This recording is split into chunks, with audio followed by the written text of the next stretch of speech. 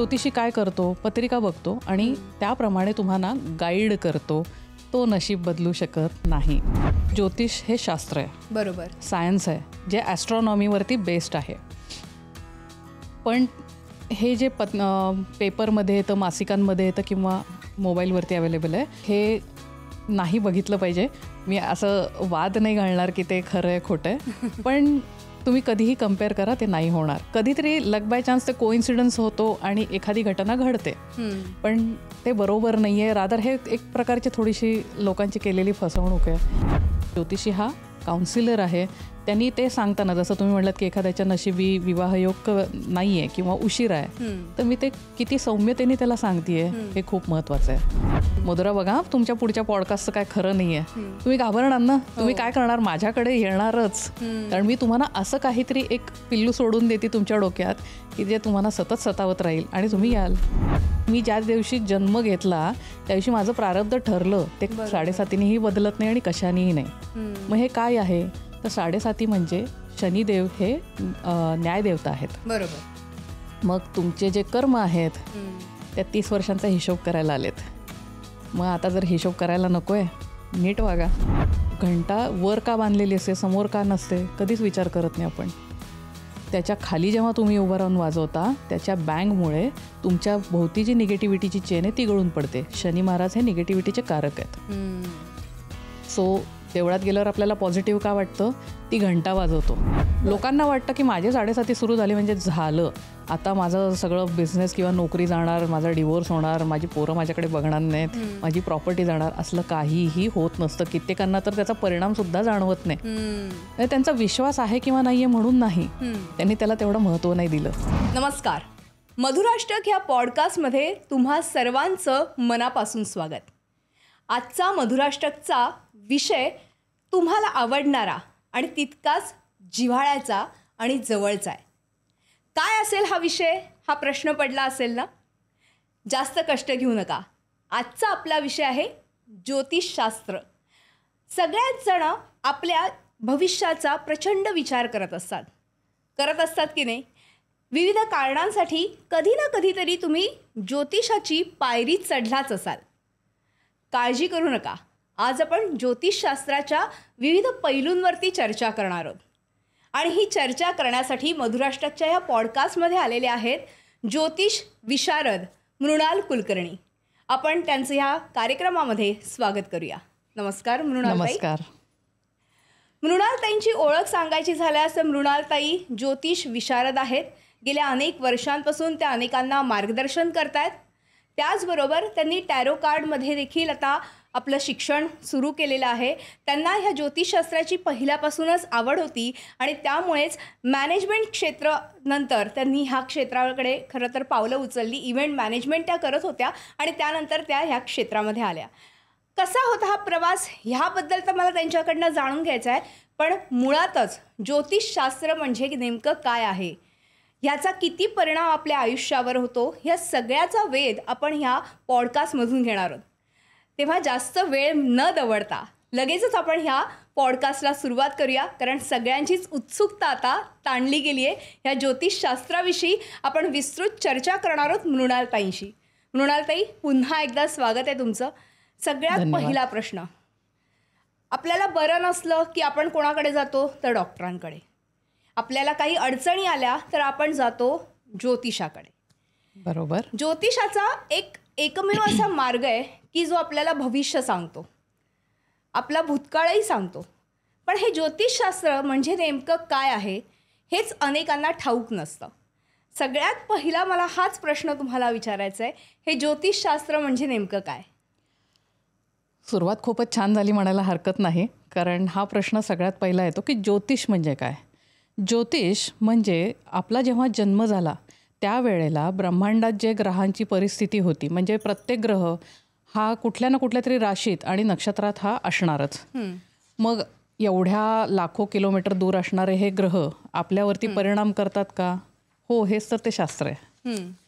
आणि तेव्हाचा जर मी ब्रह्मांडातला फोटो काढला तर ती झाली आपली कुंडली जन्माच्या वेळेची. बरोबर. आणि त्याच्यात हे जे ग्रह आहेत ते काय सांगतात की माझ्या नशिबात एखादा इव्हेंट किंवा एखादी गोष्ट आहे की नाही, आहे तर ती कधी आहे, कशी आहे, त्याचं स्वरूप काय आहे, माझा स्वभाव कसा आहे, माझ्या जोडीदाराचा स्वभाव कसा आहे, माझ्या प्रत्येक नात्याचा स्वभाव कसा आहे, आणि त्यातलं यश अपयश सगळंच आलं, सुख दुःख सगळं आलं. बरोबर. आणि हे जेव्हा तुम्ही आता सुरुवात केली की जसे डॉक्टरांकडे जातो, मग अडचण आली की ज्योतिषांकडे जातो, इथंच थोडासा माझा प्रॉब्लेम असा वाटतो की लोकांनी ऑब्व्हियसली प्रॉब्लेम आल्यावर आपण सोल्युशनकडे बघतो, पण ज्या मोठ्या घटना असतात आपल्या आयुष्यातल्या की फॉर एक्झाम्पल मला बिझनेस सुरू करायचा आहे किंवा मला प्रॉपर्टी घ्यायची आहे, तो योग म्हणजे आमच्या ॲस्ट्रॉलॉजिकल टर्ममध्ये त्याला योग म्हणतो आम्ही, तर ती घटना माझ्या नशिबात आहे का हे तो व्यवहार करायच्या आधी म्हणा किंवा ती स्टेप उचलायच्या आधी, इन्व्हेस्टमेंट करायच्या आधी घेतली पाहिजे. सो मग ज्योतिषी काय करतो, पत्रिका बघतो आणि त्याप्रमाणे तुम्हाला गाईड करतो. तो नशीब बदलू शकत नाही. ज्योतिष म्हणजे खूप लोकांना वाटतं की ज्योतिषाकडे गेलं की आता मी मृणालकडे जाईन, माझी पत्रिका दाखवेन, ती काहीतरी एक बटन दाबेल आणि माझं सगळं छानच होणार आहे, पॉझिटिव्हच होणार आहे. मग बऱ्याचदा लोक त्या निगेटिव्ह आन्सरला तयार नसतात. ही चुकीची गोष्ट आहे. सो ज्योतिष हा एक तुमचा मार्गदर्शक आहे, गाईड आहे. जसं तुम्ही जेव्हा पर्यटकाला जाता, तुम्हाला माहीत नसतं, तुम्ही काय करता, गाईडला विचारता की हा किल्ला कुठला आहे, काय आहे, इथं काय झालं. तर बरोबर, तेच आमचं काम आहे एक ज्योतिषी म्हणून, की तुम्हाला त्या इव्हेंटकडे वळवायचं की नाही वळवायचं. खूप चांगलं आहे. खरं तर मार्गदर्शक म्हणून त्याचा आपण खरं तर वापर केला पाहिजे, किंवा मार्गदर्शक असल्याचा एक पाठपुरावा आपण म्हणू शकतो ह्या सगळ्यासाठी. मला ह्याच अनुषंगाने अजून एक प्रश्न विचारायचा आहे, कारण बऱ्याचदा असं होतं की माझ्या ओळखीत अनेक जण आहेत, म्हणजे ते ना सकाळी उठल्यावर आधी पेपरमधलं भविष्य बघतात, त्यानंतर टी व्हीवर पण आजकाल येतं त्यामुळे टी व्हीवरचं, मोबाईल तर असतोच हातात त्यामुळे मोबाईलवर, असं बरेच ठिकाणी भविष्य बघतात स्वतःची या राशीप्रमाणे आणि मग आपल्या कामाला सुरुवात करतात. मला नेहमी प्रश्न पडतो, जगामध्ये असंख्य लोक आहेत, त्या असंख्य लोकांच्या ह्या राशी आहेत, प्रत्येकाच्या बाबतीत ते मोजमाप आहे का, शक्य आहे का लावणं? तर नाही, कारण प्रत्येकजण आपण म्हणतो ना नेहमी हाताची बोटं पाची वेगळी आहेत, तशी प्रत्येकाची रास आणि त्याची कुंडली पण वेगळीच असणार आहे. मग आपण का हे बघतो आणि आपण त्याप्रमाणे आपला दिवस चांगला जाईल का? म्हणजे तिथे लिहिलं असेल आज वाहन चालवू नका, तर ती व्यक्ती वाहन चालवत नाही. असं कसं, म्हणजे हे मोजमाप लावणं किंवा ह्याप्रमाणे आपण आपल्या दिवसाची सुरुवात करणं हे कितपत योग्य वाटतं एक ज्योतिष तज्ज्ञ म्हणून तुम्हाला? या विषयाला तोंड फोडल्याबद्दल धन्यवाद. हे मी असं नाही म्हणणार की हे खोटं आहे किंवा थोतांड आहे.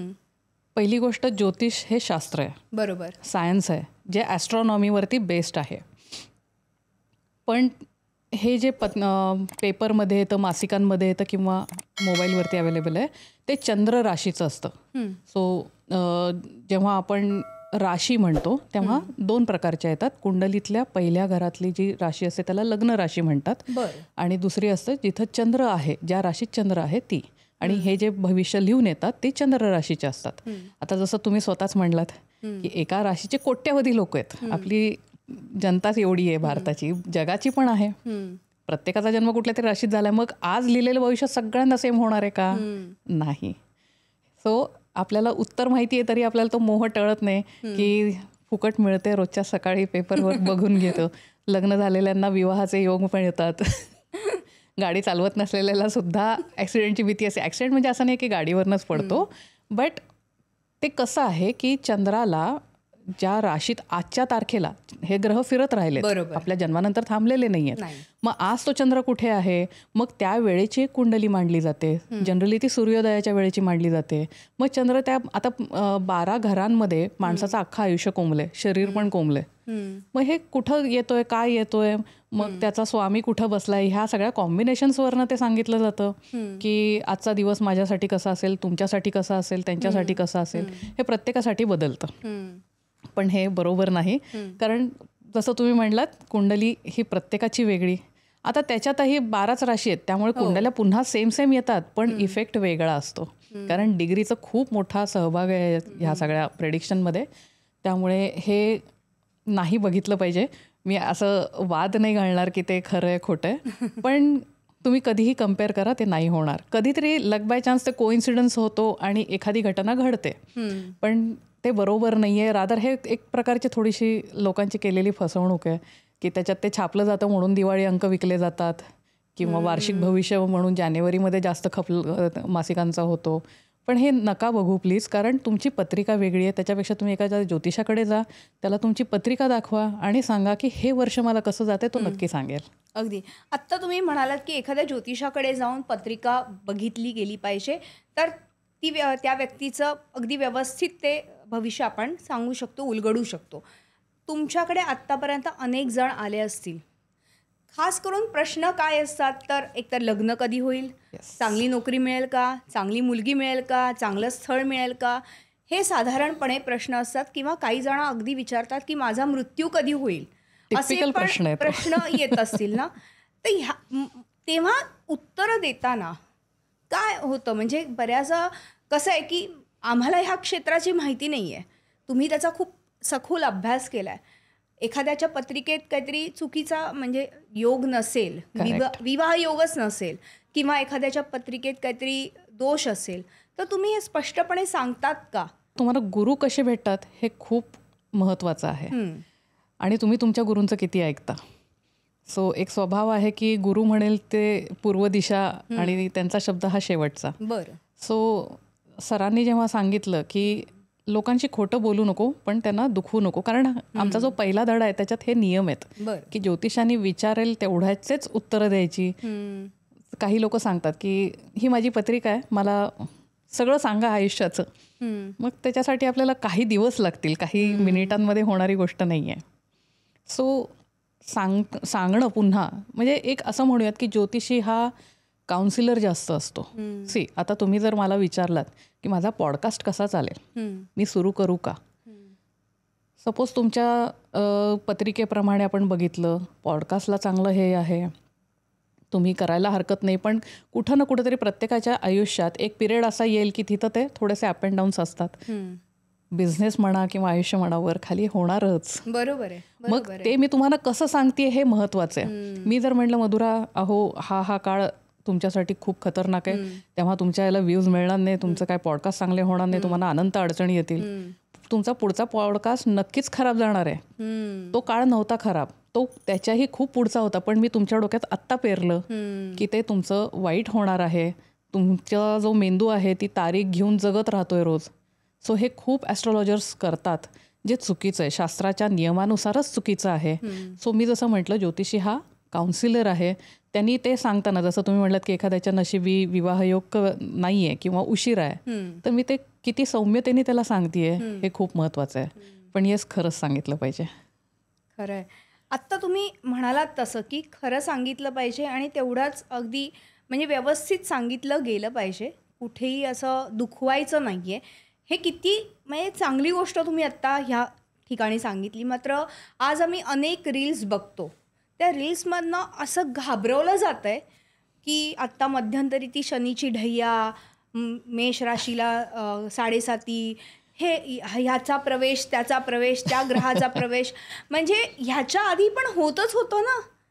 पण आत्ता इतका त्याचा उहापोह केला जातोय की जो व्यक्ती म्हणजे सपोज जर त्याची रास मेष असेल तर ती व्यक्ती घाबरून जातीये, कुंभ असेल तो घाबरतोय, मकर राशीची आत्ता 7.5 संपली आहे पण तरीसुद्धा त्यांना त्रास होतोय. मी इतक्या गोष्टी सध्या सुरू आहेत आणि त्यांना वाटते की हां ह्यांनी सांगितलंय ना की ते हे बरोबर असणार. मी इतका अंधविश्वास आपल्याकडे ठेवला जातोय. खरंच गरज आहे का ह्या सगळ्या अंधविश्वासाची, म्हणजे अशा पद्धतीने येणाऱ्या रील्सच्या माध्यमातून येणाऱ्या अंधविश्वास म्हणते मी ज्योतिषशास्त्राच्या बद्दल बोलत नाहीये. तर त्याबद्दल मला जाणून घ्यायचं. तुम्ही बोललात ते बरोबर आहे की रील्समध्ये ना एक मी बघितलं की ते स्त्री असतील किंवा पुरुष असतील, अगदी बेंबीच्या देठापासनं अगदी पोट तिडकीने काहीतरी सांगत असतात. पहिली गोष्ट त्याची गरज नाहीये. बरोबर. आणि पुन्हा तेच जे आपण पहिल्या प्रश्नात बोललो की एक नियम सगळ्यांना नाही लागत. आता जसं तुम्ही म्हणलात ढय्या किंवा 7.5. ढय्या म्हणजे काय, हा उत्तर भारतातनं आलेला शब्द आहे. 7.5 म्हणजे काय, शनी एका राशीत 2.5 वर्ष असतो. 2.5 अधिक 2.5 5 अधिक 2.5 7.5. म्हणून आपण म्हणतो शनीच्या त्या प्रवासाला 7.5 वर्ष जे लागतात, आपल्या चंद्र राशीच्या जवळ येतो तेव्हा. मग ह्याला हिंदीमध्ये ढय्या म्हणतात. ढाई म्हणजे 2.5. बरोबर. मग ही वेगळी कन्सेप्ट नाहीये. पहिल्या लोकांना हेच माहिती नाहीये. लोकांना वाटतं 7.5 वेगळं आणि ढय्या अजून वेगळं आहे. खूप वेगवेगळ्या कल्पना आहेत ज्यात सगळ्या 7.5चाच भाग आहे. किंवा असं म्हणूया ट्रान्झिट म्हणतो आपण त्याला, गोचर म्हणतात त्याला. हे ग्रह जे रोज फिरतातच आहेत. तुमचा, माझा, आपल्या आईवडिलांचा, आपल्या तीर्थरूपांचे जे सगळ्यांचे जन्म होऊन गेले तेव्हापासून त्याच्या करोडो वर्ष आधीपासून फिरतायत. बरोबर. आजही फिरतायत, उद्याही फिरणार आहेत. त्यांच्या ह्या ट्रान्झिटचा परिणाम होतच राहणार आहे. आता जे ज्योतिष बघत नाही त्यांचं आयुष्य थांबलं का? नाही, त्यांचं चालूच आहे ना.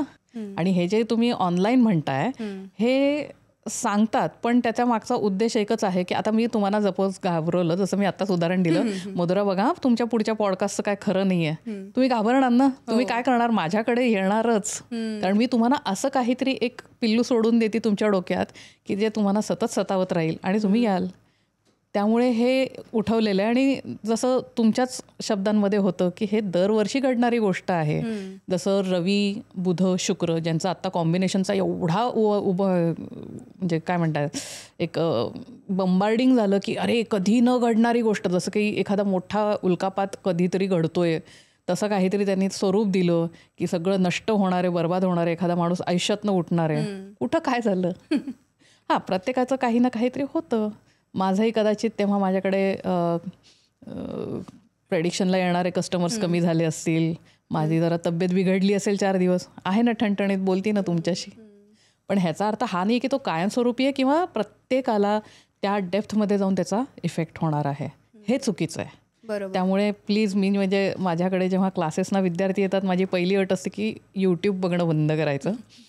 कारण असं नाही की तिथं येणारा प्रत्येक माणूस चुकीचा आहे, पण येस, ह्याचा बाजार खूप मांडला गेला आहे ज्याचा आपला चुकीचा परिणाम होतो आणि आपण त्याच्यातनं चुकीचा अर्थ घेतो आणि ते नाही घडलं, नाही ज्योतिषशास्त्र खोटं आहे, ह्याच्याकडे आपण कल वाढतो आपला. बरोबर. पण मग जेव्हा आत्ता ही 7.5चा पिरियड काही राशींना सुरू झाला आहे, तर त्याचा नेमका काय परिणाम होत असतो त्या राशींवर? आधी आपल्याला हे समजून घेणं गरजेचं आहे की 7.5 म्हणजे काय. म्हणजे इवन पिक्चरमध्ये सुद्धा ही टर्म वापरली जाते, अरे 7.5 माझी चालू आहे किंवा शनी तुझ्या राशीला आला आहे. सो प्रत्येकाच्या आयुष्यात 7.5 ही 2दा किंवा 3दा येते. शनी एका राशीतनं निघून पुन्हा त्याच राशीत यायला साधारण 29.5 वर्ष लागतात. सो बोलीभाषेत आपण 30 वर्ष म्हणतो त्याला. सो शनी हा निगेटिव्हिटीचा कारक आहे जो आपल्या कुंडलीमध्ये चंद्र ज्या राशीत लिहिला असेल, आता जसं तुम्ही म्हटलात मेष राशी, सो मेष राशीमध्ये ज्यांच्या कुंडलीत चंद्र लिहिलेला असेल त्याच्या जवळ जेव्हा शनी यायला लागतो, म्हणजे त्याच्या आधीच्या राशीत चंद्र आहे त्या राशीत आणि चंद्राच्या नंतरच्या राशीत, तेव्हा तो चंद्र असा काचेच्या भांड्यासारखा आहे, नाजूक आहे, खूप असा भित्रा म्हणूयात किंवा खूप पॉझिटिव्हिटीनी भरलेला आहे, ज्याला कटकारस्थान किंवा हे असलं काही येत नाही. मग हा निगेटिव्हिटीचा कारक शनी जवळ आला की तो घाबरतो. म्हणजेच काय, आपल्याला मानसिकरित्या थोडंसं इम्बॅलन्स जाणवतो, आपल्या मनावरती थोडेसे परिणाम होतात. म्हणजे आपण एकतर चिडचिड खूप करायला लागतो किंवा आपल्याला उत्तरं मिळत नाही, डिप्रेशन आल्यासारखं होतं, अँझायटी खूप जास्त वाढते. हे परिणाम 7.5चे असतात. लोकांना वाटतं की माझे 7.5 सुरू झाले म्हणजे झालं, आता माझं सगळं बिझनेस किंवा नोकरी जाणार, माझा डिवोर्स होणार, माझी पोरं माझ्याकडे बघणार नाहीत, माझी प्रॉपर्टी जाणार. असलं काहीही होत नसतं. कित्येकांना तर त्याचा परिणाम सुद्धा जाणवत नाही. त्यांचा विश्वास आहे किंवा नाहीये म्हणून नाही, त्यांनी त्याला तेवढं महत्त्व नाही दिलं. तुम्ही विनाकारण एखाद्या गोष्टीचा जर बाऊ केलात, आता माझ्या बोटाला लागलंय, मी जर स्वतःला सतत सांगत राहिले मला लागलंय, माझा मेंदू तिथं जास्त कळ देणार ना. बरोबर. बँडेज लावलं, मी विसरून गेलं पाहिजे. ठीक आहे, जे घडायचं ते घडणार आहे. आणि मी ज्या दिवशी जन्म घेतला त्या दिवशी माझं प्रारब्ध ठरलं, ते 7.5नीही बदलत नाही आणि कशानेही नाही. मग हे काय आहे तर 7.5 म्हणजे शनिदेव हे न्यायदेवता आहेत. बरोबर. मग तुमचे जे कर्म आहेत त्या 30 वर्षांचा हिशोब करायला आलेत. मग आता जर हिशोब करायला नकोय, नीट वागा. जसं आपण आपल्या मुलांना म्हणतो की नीट वाग म्हणजे समोरचाही तुझ्याशी नीट वागेल. मग हे बटन दाबून नाही, मग लोक काय करतात, 7:30 आली, चला आजपासून शनी मारुतीला जायचंय, तिथं तेल व्हायचंय, पानं लावायची, तीळ लावायचे, हनुमान चालीसा म्हणायचं. ते तर एक खूप मोठं जोक आहे तो. सो आत्ता तुमची 7:30 सुरू झाली म्हणजे आता बाबा घरी आल्यावर मग मी अभ्यासाला बसणार, बाबा आहेत तोपर्यंत अभ्यास करणार, मी पास नाही ना होणार चांगल्या मार्कांनी. त्याच्यासाठी बाबा असू देत नसू देत, माझं वागणं नीट पाहिजे. तेच शनिदेवाच्या बाबतीत आहे की शनी महाराज आलेत माझ्या राशीला म्हणून मी नीट वागले, आणि 7:30 संपल्यावर मी पुन्हा तेच केलं तर पुढच्या 7:30 हिशोब होणारच आहे. मग काही न करता आपल्या नशिबी म्हणजे घरात सगळ्यांचं चांगलं होत असतं आणि माझंच तेव्हा वाईट होत असतं, किंवा मला काही मिळत नसतं असं म्हणूयात. नॉट नेसेसरी की दरवेळेला वाईट होईल, पण माझ्या बाबतीत कुठंतरी दुजाभाव झाल्यासारखा होतो नशिबाचा, कारण मी नीट वागले नाही. सो एवढंच आहे 7:30ची टर्म. थोडक्यात चांगलं वागणं, चांगली कर्म करणं, हेच ज्योतिषशास्त्र हे पूर्ण कर्मशास्त्रावर आहे. बरोबर आहे, बरोबर आहे. पण मग ह्या 7:30चा जो प्रभाव आहे तो लहान मुलांवर होतो का? जन्मलेल्या प्रत्येक व्यक्तीवर ह्याचा परिणाम होतो, पण मुलांच्या बाबतीत कसं आहे की पहिली 7 वर्ष आईचं नशीब लागू होतं असं म्हणतात, आणि त्याच्यानंतरची 5 वर्ष वडिलांचं. आता आपण आपलंच उदाहरण घेतलं, आपण बायका आहोत, आपलं मूल आपल्या पदराला चिकटलेलं असतं लहान असताना. जर माझी मनस्थिती चांगली आहे, माझी परिस्थिती चांगली आहे, ऑब्व्हियसली माझं मूल त्या परिस्थितीला उपभोगतंय. जर माझी मनस्थिती चांगली नाही आहे, मी माझ्या मुलांवरतीच राग काढणार ना, मी कुठं काढणार आहे? किंवा मी जर घरात आक्रस्ताळेपणा करते, माझं चांगलं होत नाही, मला पैसे नीट नाही आहेत, माझी परिस्थिती आजूबाजूला चांगली नाही आहे, मुलांवरतीच परिणाम होतो आहे. म्हणून म्हटलं जातं की 12 वर्षाच्या वयापर्यंत लहान मुलांची बघायची नाही. 7:30चा परिणाम होतो. म्हणूनच तर आपल्याला बऱ्याचदा दिसतं की जन्मलेल्या मुलाला त्रास होतो, NICU काही दिवस, काही महिने ठेवावं लागतं, काहींना आजारी पडतात, लहान वयात ॲक्सिडेंट्स होतात नको इतके भयानक, आईवडिलांपासून दुरावा येतो, कधी तात्पुरता तर कधी कायमचा. हा 7:30लाच हे आहे. पण ते लहान आहेत त्यामुळे त्याच्यावरती ते काहीच करू शकत नाहीत. जर काही केलंच तर ते आईनी आणि वडिलांनी करावं लागतं. पण आत्ता ज्यांना 7:30 सुरू आहे, आत्ता मी हे 7:30 बद्दल का विचारते, कारण की गेल्या 3 महिन्यांपासून आम्ही तेच ऐकतोय आणि तेच वारंवार बंबार्डिंग होतंय जसं आणि मग प्रश्न पडतो की मग ह्या 7:30मध्ये नेमकं काय उपाय करायचे की ह्याचा प्रभाव कमी होईल, किंवा अर्थात शनी हा ही न्यायदेवता आहे, पण तरीसुद्धा अनेकांना असं वाटतं की तो स्लो ग्रह आहे. बरोबर. पण मग ह्या दरम्यान नेमकं आपण काय केलं पाहिजे की जेणेकरून ह्याचा जो प्रभाव आहे तो थोड्याफार प्रमाणात काही ना कमी होईल? चांगली कर्म करतोच आहे, येस, पण त्या व्यतिरिक्त मी त्याच्यावरतीच येणार होते, कारण कर्मसिद्धांतावरती बेस्ट आहे, कर्म चांगली पाहिजेत. पण म्हणजे तेच आहे ना की मी देवळात जाऊन आले, मग मी आज जे काही वाईट केलं ते धुतलं ना मी, ही एक लोकांची समज असतं, चुकीचं आहे, असं नाही होत. मी माझ्या मनात जरी मी एखाद्या व्यक्तीला काहीतरी वाईट साईड बोलते किंवा हे करते, म्हणजे काय केलं मी, सायन्स प्रूव्हन आहे, मी निगेटिव्ह वाईब क्रिएट केली. ती माझ्या भोवती सुद्धा आली आणि ज्याच्यासाठी मी विचार केला मनात त्याच्यासाठी सुद्धा आली. So positive vibes, negative vibes, सगळ्यात पहिलं पॉझिटिव्ह थिंकिंग पाहिजे. बरोबर. कर्म तर आलेच, पॉझिटिव्ह थिंकिंग. सेकंडली, मी आज अचानक भक्ती चालू केली म्हणून शनिदेव मला माफ करणार नाही आहेत. जे भोग आहेत ते भोगायलाच लागणार आहेत. मग ह्याला काहीच करता येत नाही का? तर सगळ्यांनी प्लीज हे लक्षात ठेवा, ह्याची तीव्रता थोडी आराधनेनी कमी करू शकतो. आराधनेनी. तो देव कुठला असा कुठल्या ऑफिसचा एम्प्लॉई नाही आहे की त्याला लाच दिली आणि त्याच्याकडनं फाईल पुढे सरकवली. तो नाही सोडत आपल्याला. सो मला जर आता माझ्या कर्माचा हिशोब आहे, चालताना मला ठेच लागणार आहे किंवा मला आज इजा होणं माझ्या नशिबी आहे, ती होणारच आहे. फक्त मी काय केलं, माझी खरी भक्ती दाखवून ती एक ठेचकाळण्यापुरतीच ठेवली, नाही तर मी कुठंतरी पायऱ्यांवरनं पडून माझा हातपाय मोडूही शकले असते. मग हे देवळात जाणं वगैरे चुकीचं आहे का? नाही, जा, कारण देवळात खूप पॉझिटिव्हिटी असते. आता तुम्ही त्याचेही रील बघितले असतील. देवळात काय असतं, घंटा असते सगळ्यात पहिली. सो घंटा वर का बांधलेली असते, समोर का नसते, कधीच विचार करत नाही आपण. त्याच्या खाली जेव्हा तुम्ही उभं राहून वाजवता, त्याच्या बँगमुळे तुमच्या भोवती जी निगेटिव्हिटीची चेन आहे ती गळून पडते. शनी महाराज हे निगेटिव्हिटीचे कारक आहेत. सो देवळात गेल्यावर आपल्याला पॉझिटिव्ह का वाटतं, ती घंटा वाजवतो. बरोबर. चर्चची घंटा वेगळी वाजते, आपली घंटा वेगळी वाजते, कुल्फीची घंटा अजून वेगळी वाजते. तो घाट आहे, त्याच्या मागे सायन्स आहे पुन्हा. सो देवळात जा, घंटानाद जाताना करा, परत येताना करू नये, कारण तुम्ही पॉझिटिव्हिटी घेऊन येताय. परत बँक कराल तर ती पण तिथंच गळून पडेल. म्हणून आपण घंटेच्या साईडनी बाहेर येतो, घंटेच्या खालनं येत नाही. त्याच्यानंतर तुम्ही जर तिथं तेल वाहताय, तीळ लावताय, तुम्ही करताय ते चुकीचं नाही आहे, पण ज्या पद्धतीने करताय ते 200% चुकीचं आहे. का? कारण आपण काय करतो, शनी महाराजांच्या मंदिरात जातो, वाटीभर तेल बचकन ओतून येतो आणि त्याला नमस्कार करतो, माझे सगळे संकट दूर कर. काय केलं? कुणी सांगितलं हे? तो अभिषेक आहे जो थेंबा थेंबानी करतो. आपण शंकराच्या पिंडीवर कसा करतो, जाऊन दुधाचा लोटा पचकन ओतून येत नाही, थेंबा थेंबानी आपण हे करतो, किंवा त्याची संतत धार धरतो आपण. मग हे करता का तुम्ही? नाही. तिथं भटजी पण म्हणेल, बाबा मागचा पैसे टाकणारे 500ची नोट हो पुढे, वेळ नाही आहे. एक वेळ काढा, व्यवस्थित करा. नाहीतर तुम्ही खरंच अंधश्रद्धा करताय, मग का नाही लोक नावं ठेवणार? सो ह्याचा विचार करा की तुम्ही काय करताय. आणि शनी महाराजांचे मंत्र आहेत, बीजमंत्र आहेत, मंत्रांचे प्रकार येतात, त्यातलं तुम्ही करू शकता. आता मग लोक म्हणतात किती करायला पाहिजे, तर मंत्र हा जनरली आपण 108 करतो. त्याचं कारण असं की प्रत्येक नक्षत्राचे 4 चरण येतात, म्हणजे 4 भाग केले जातात.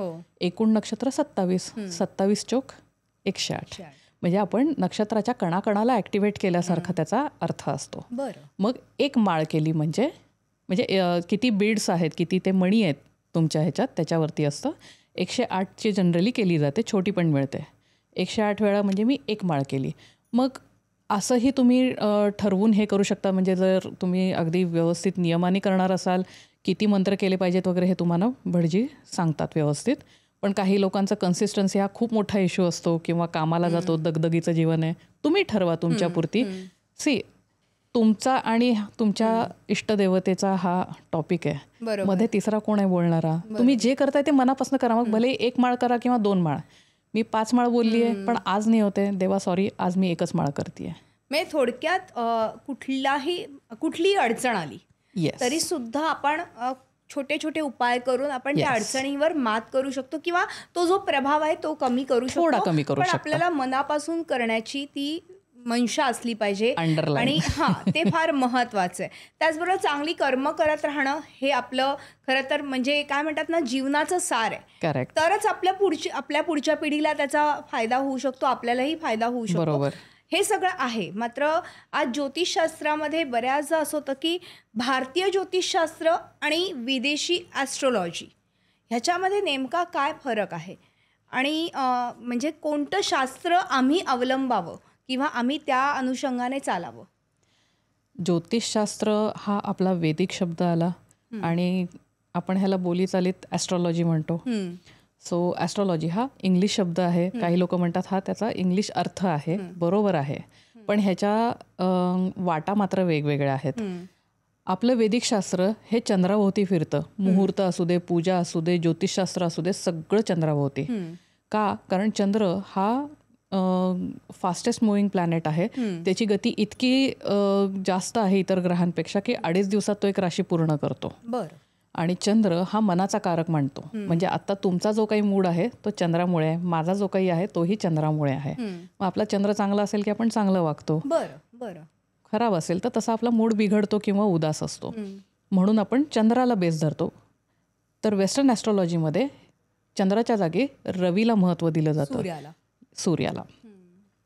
ह्याचा अर्थ ते चंद्र बघत नाहीत असं होत नाही. आपणही सूर्याचा अभ्यास करतो ना, तेही चंद्राचा अभ्यास करतात. पण चंद्र हा 2.5 दिवसात राशी बदलतो, तर रवी किंवा सूर्य हा 1 महिना लावतो.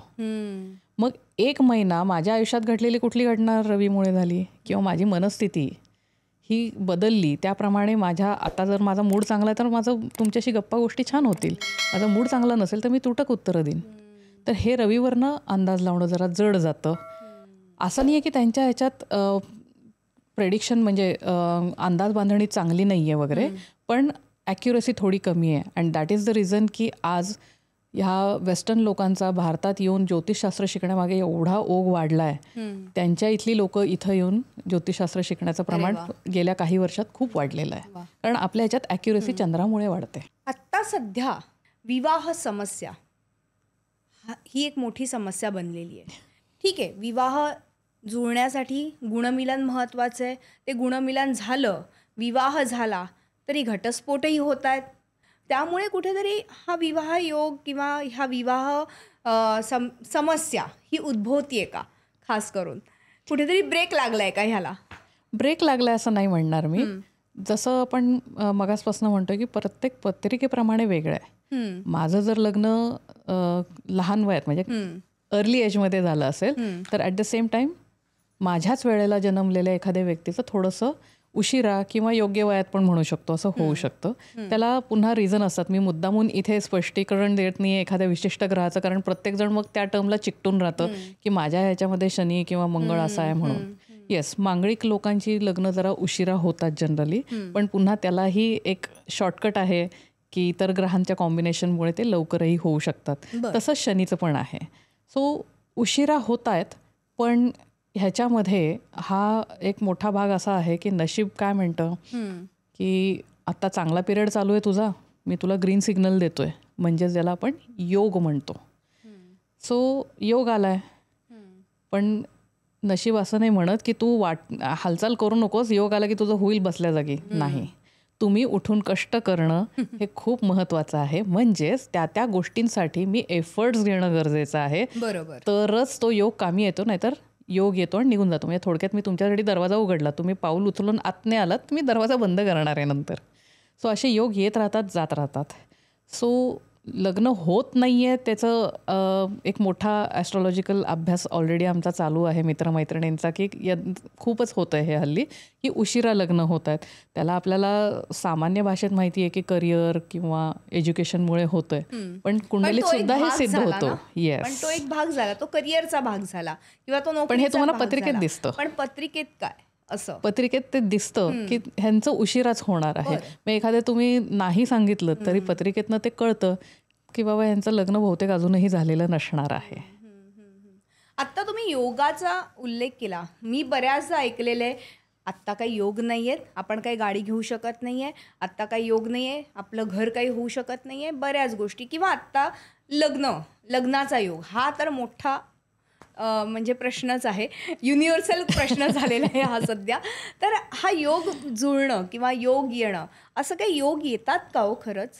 हो, योग म्हणजे तुमच्या पत्रिकेच्या अनुसरून 2 गोष्टी असतात. एक महादशा, तुम्ही नाव ऐकलं असेल. प्रत्येकाला श्वास घेतल्यापासून शेवटच्या श्वासापर्यंत कुठल्या ना कुठल्या तरी ग्रहाची महादशा चालू असते आणि त्याच्या आतमध्ये म्हणजे आपली कारची गिअर सिस्टीम कशी असते ना, व्हीलला व्हील जॉईंट असतात, तशीच ती महादशा सिस्टीम असते.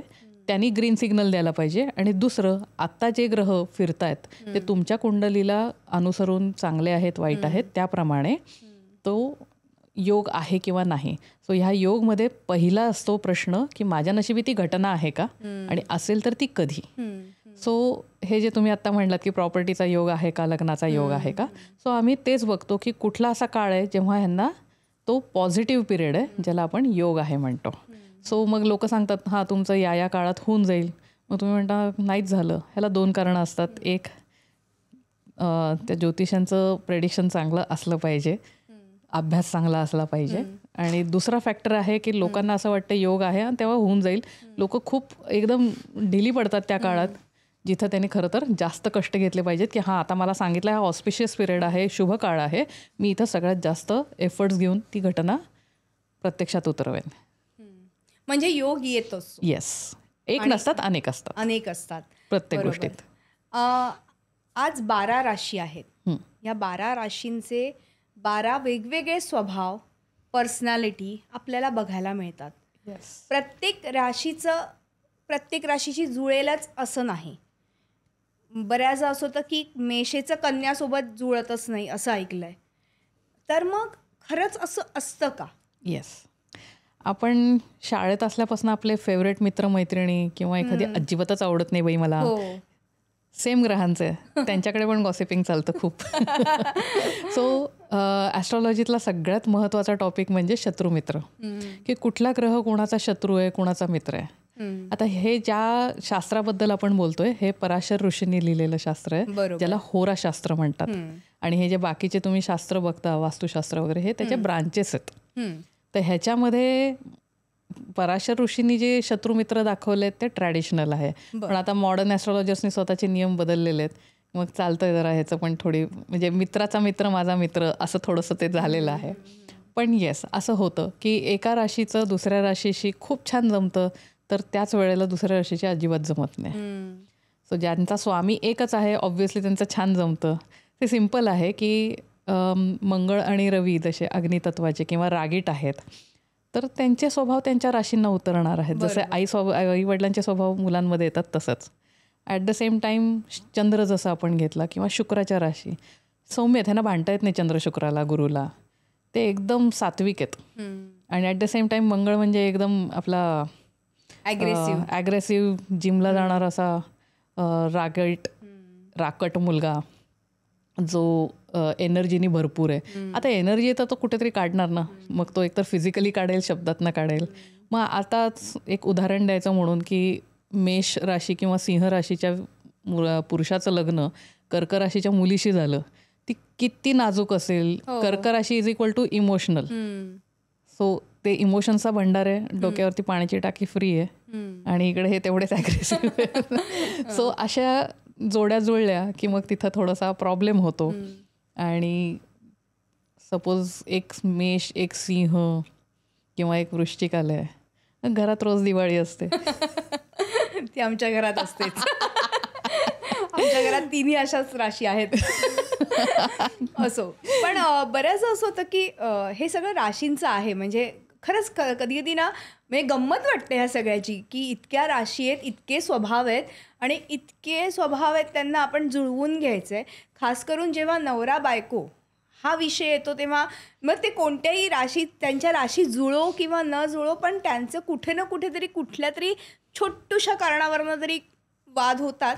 आणि मग ती ठिणगी पेटली की मग ती 2 दिवस 3 दिवस चालूच राहते त्याच गोष्टीवरती. म्हणजे ते चरवण सुरूच राहतं. म्हणजे असं काही नाही. पण याला अपवाद आहेत. हां, म्हणजे आता जसं मी म्हटलं अपवाद आहेत. मग वृषभ राशी, कर्क राशी, जसं मी म्हटलंय ना भांडता येत नाही. किंवा गुरुची मीन राशी, धनुराशी ॲग्रेसिव्ह आहे कारण ती अग्नितत्वाची आहे. सो ह्यांना तुळ राशी. आता जसं तुम्ही उदाहरण दिलं की थोडंसं एक ठिणगी, ह्यांच्यात ठिणगीच वेगळी असते. ती अशी ते छुपे वार असतात किंवा एकमेकांना जरा असं टोमणे मारायचे किंवा असं ते टेनिस चालूच असतं त्या दोघांमध्ये. भांडणं होतच नाहीत. म्हणजे ते दोघांना एकटं सोडलं ना ते भांडत नाहीत. ते एकमेकांना सतत तात्विक वाद घालतात म्हणायला हरकत नाही. सो ह्या सौम्य राशी आहेत. म्हणजे गोंडस आहेत. येस. आणि आमच्या नात्यांमध्ये मी असे 1-2 कपल बघितले, ते काका काकू त्या एजचे आहेत की आता त्या 80 जवळपास असतील. इतके भांडतात पण गोड ना की छान वाटतं तेव्हा. पण ते एका विशिष्ट वयानंतर ते भांडण गोड वाटतं, त्याच्या आधी वाटत नसतं. आणि त्यातही मिथुन राशीला असं म्हणतात की मिथुन राशी ही पूर्ण मिश्किल आहे, 11 राशींना सुटेबल आहे कारण फ्लेक्झिबल आहे. बरोबर. हॅपी गो लकी आहे. त्यामुळे मिथुन राशीचं सगळ्यांशी जमतं. बरोबर. अगदी. म्हणजे बऱ्याचदा असं होतं की काही राशींचं सगळ्यांसोबत जमत असेल, काहींचं जमतही नसेल. आणि अर्थातच म्हणजे स्वभाव व्यक्ती तितक्या प्रकृती म्हणतात ते उगाच नाही. आणि प्रत्येक राशीत चांगले गुण पण आहेत आणि वाईटही आहेत. इव्हन कर्क आणि वृषभ मध्ये वाईट गुण पण आहेत की. अति गोडवा पण कधी चांगला नसतो. कधीतरी आपल्याला डॅशिंग व्हावंच लागतं. आत्ता थोडा ट्रेंड बदललाय आणि आता ब्रेसलेट घालण्याची पद्धत आत्ता सुरू झाली आहे. म्हणजे मी पण घातलंय. पण मला हेच कळत नाही की खरंच हे घालून काही इफेक्ट होतो का. खूप वादग्रस्त प्रश्न विचारलाय तुम्ही. एक तुम्हाला छोटासा प्रश्न विचारला तर चालेल. हो, अगदी. तुम्ही तुमच्या आजी आजोबांना यातलं काही घातलेलं बघितलं कधी. नाही. तुमच्या आई वडिलांनी कितपत घातलं असेल. काही अंशी, म्हणजे फार कमी काळासाठी. करेक्ट. सो ही रत्न ही खरं तर रत्नच आहेत. रत्न म्हणजे काय, ज्वेलरी. आज मला ह्या साडीला जे मॅचिंग होईल ते मी घालते, तसंच ते होतं. रत्नशास्त्र मी स्वतः डीपमध्ये शिकलेली नाही आहे, जेवढं ज्योतिषशास्त्रात विशारद होईस्तोवर जेवढं शिकायला मिळालं तेवढंच. सो ह्या शास्त्राला मी पूर्ण नकार देत नाही आहे, पण जर असं होत असतं तर माझा अजून एक छोटासा प्रश्न तुम्हाला, भारतातली सगळ्यात श्रीमंत फॅमिली कोण? अंबानी. दुर्दैवानी त्यांच्या मुलाला एक आजार आहे. हो. त्यांच्याकडे पैसे नाही आहेत का त्याला एखादं रत्न घालून ठीक करायला? आहे ना. का कोकिलाबेनकडे एवढा पण पैसा नाही आहे की धाकट्या मुलाला कर्जातनं बाहेर काढेल? मग काय खरं? जे रत्न घालतायत ते खरं का अंबानी सांगतायत ते खरं? सो जर असं प्रत्येकाने रत्न घालून प्रश्न सुटला असता तर अजून काय हवं होतं आपल्याला? कोणीच दुःखात राहिलं नसतं, कोणी कर्जात राहिलं नसतं, कोणालाही आरोग्याचे प्रॉब्लेम आले नसते. पण असं नाही होत. आता ह्याच्यात जास्त खोलात जाऊन वाद नको घालायला, कारण ज्यांचा विश्वास आहे त्यांचा आहे, असू देत तो. पण ह्याच्यामध्ये माझ्या गुरूंनी जे शिकवलं ते एक मी सांगू इच्छिते की जनरली लोक हातामध्ये म्हणजे अंगठ्यांमध्ये घालतात रत्न. सो सर म्हणतात की जेव्हा आपण शेक हँड करतो एकमेकांचे वाईब एक्सचेंज होतात, positive vibe, negative vibe obviously. आणि आजच्या जीवनात पॉझिटिव्हिटी किती आहे हे तुम्हालाही माहिती, मलाही माहिती. त्यामुळे हातात अंगठ्या घालण्याऐवजी ते म्हणतात घालायचंच असेल तर लॉकेट बनवा आणि गळ्यात घाला, कारण इथपर्यंत आपल्या पिल्लांशिवाय किंवा आपल्या जोडीदाराशिवाय जास्त लोकांचा पोच नाही आहे. त्यामुळे त्याची प्युरिटी जपली जाते आणि जो भाग बाहेर येतो तो भाग शरीराला टच होईल, म्हणजे ते लॉकेट उलटं घातलं पाहिजे. पुन्हा त्याच्यातही प्रोसिजर असते, म्हणजे त्याचे रिच्युअल्स असतात की तुम्ही ते शुद्धीकरण केलं पाहिजे वारंवार, कारण आपल्या स्वतःमध्ये निगेटिव्हिटी आहे, इतरांची निगेटिव्हिटी आहे. दुर्दैवाने कोणाचं अंत झाला तर आपण अंत्यविधीला वगैरे जातो, मग निगेटिव्हिटी खूप कॅच होते. त्याची शुद्धीकरणाची प्रोसेस असते, ती आपण वारंवार केली पाहिजे 3-4 महिन्यांनी वगैरे. सो ह्या गोष्टी पण पाळल्या गेल्या पाहिजे. आणि राहिला प्रश्न ब्रेसलेट, जितकं माहिती आहे किंवा माझे गुरूंनी पण सांगितलंय कधीही एकत्र घालायचं नसतं, कारण शत्रू मित्र. सो ब्रेसलेट सगळ्याच ग्रहांचं एकत्र घालणं हे जरा चुकीचं आहे.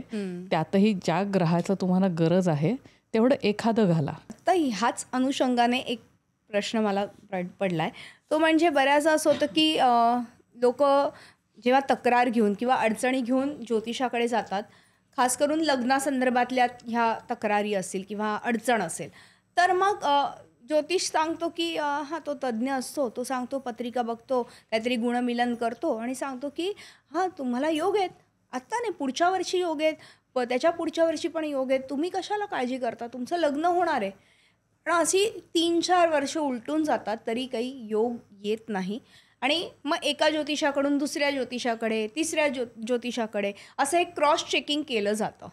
आता हे करणं कितपत योग्य हे मला माहिती नाही, पण मला हाच प्रश्न पडला आहे, मग ज्योतिष तज्ज्ञ हे असं गुणमिलन किंवा ह्या सगळ्या गोष्टी गणित मांडतात आणि मग का होत नाही? त्यांचं गणित कुठेतरी चुकतंय का? दोन्ही पॉसिबिलिटीज आहेत. एक, जसं मी मगाशी म्हटलं की आजकाल ना ह्याचं शास्त्र म्हणून वापर कमी आणि कम्प्लीट त्याला एक कॉर्पोरेट किंवा बिझनेस लुक दिला गेला आहे आणि सरस्वतीच्या पुढे लक्ष्मी श्रेष्ठ ठरली आहे, मग जरा जास्त पैसे मिळत आहेत मग हो म्हणा. लोकांना असं एक म्हणजे ज्योतिषांना समजूत आहे अशी की मी निगेटिव्ह बोललं तर ही व्यक्ती परत येणार नाही. मी म्हणते उलटं पॉझिटिव्ह बोलून बघा, त्याला खरं ते चित्र दाखवा, तुम्ही खरं बोललात म्हणून तो तुमच्याकडे येईल. काही वेळेला असंही होतं की त्यांनी खरंच सांगितलेलं असतं की योग आहेत, पण एफर्ट्स कमी घेतले जातात, त्यावेळेला त्यांच्याकडनं तेवढे होत नाहीत. जसं बऱ्याचदा आया हे प्रश्न विचारतात की माझ्या मुलाचं किंवा मुलीचं लग्न होत नाही आहे, आणि मी जेव्हा म्हणते की या काळात व्हायला पाहिजे होतं तेव्हा नाही का स्थळ झालं किंवा जुळलं नाही का, तेव्हा ते म्हणतात नाही आलं नाही, आम्ही भरपूर प्रयत्न केले, किती ठिकाणी नाव नोंदवलं, नावच नोंदवलेलं नसतं का, तर हल्ली ह्या साईट्सची फी खूप आहे. मग तुम्ही काय केलं, नातेवाईकांमध्ये सांगून ठेवलंय नाही ना, नॉट नेसेसरी की हे स्थळ तुमच्या बाबतीत नात्यातनं येईल, हे बाहेरनं येणारं स्थळ असेल, तुम्ही नावच नाही नोंदवलं, मग आम्ही काय करणार आहे ह्याच्यात. आम्ही सांगितलं खरंच तेव्हा जुळत आलेलं असतं, नशीब साथ देत असतं, पण तुम्ही एफर्ट्स घेत नाही, ह्या गोष्टी घडतात. बरोबर. गुणमिलन म्हणाल तर हे गरजेचं आहे, ते ऑब्व्हियसली एखादं स्थळ आल्यावर गुणमिलन केलं जातं आणि त्याप्रमाणे केलं जातं. पण पुन्हा गुणमिलन हे नुसतं करून उपयोग नाही, तर पत्रिका सुद्धा जुळवणं गरजेचं असतं, ज्याच्या बाबतीत लोकांना त्याच्यातली माहिती नाही आहे. हे 2 वेगळे फॅक्टर आहे. पण आजकाल मी बघितलं मृणालताई, मी तुम्हाला थांबवते कारण की मला ना प्रश्न पडतो की 8 ते 15 दिवसात ज्योतिषशास्त्राचा कोर्स दिला जातो. आता या 8 ते 15 दिवसात तुम्ही ज्योतिषशास्त्र खरोखरच शिकू शकतात का? कारण तुम्हीच किती वर्ष ह्या ज्योतिषशास्त्राचा अभ्यास केला आणि त्याच्यानंतर तुम्ही मार्गदर्शन करायला सुरुवात केली, जेव्हा तुमच्यामध्ये तो कॉन्फिडन्स आला. करेक्ट. मला हेच विचारायचं आहे. नुसती मी जर म्हटलं की चला ग्रह तुम्ही रविवार सोमवारप्रमाणे म्हणून दाखवाल कदाचित, 12 राशींची नावं आणि 27 नक्षत्रांची नावं ही पाठ करून दाखवावीत मला, शक्यच नाही आहे. मग ह्यांचे प्रत्येकाचे स्वभाव वेगळे, बरोबर, ह्यांचं प्रत्येकाचं टेम्परामेंट वेगळं, एकमेकांची शत्रुमित्र वेगळं, दृष्टी, इतक्या गोष्टी आहेत या तुम्ही 8 दिवसात नाही शिकू शकत. आणि माझाही खरंच तोच प्रश्न आहे. मी खूप लोकांना कमेंटमध्ये पण लिहिलं जाहिरात बघितल्यावर की 8 दिवसात कोर्स शिकवता, तर मला आधी काय यायला पाहिजे. म्हणजे मला असं वाटलं की मला जर आधीच येत असेल तर हे फक्त मला तिथं ॲप्लिकेशन शिकवत असेल, तर त्यांनी मला तिथं हिंदीत लिहिलं, आपको कुछ भी आने की जरूरत नहीं है, मैं सब कुछ आपको 8 दिन में सिखा दूंगा.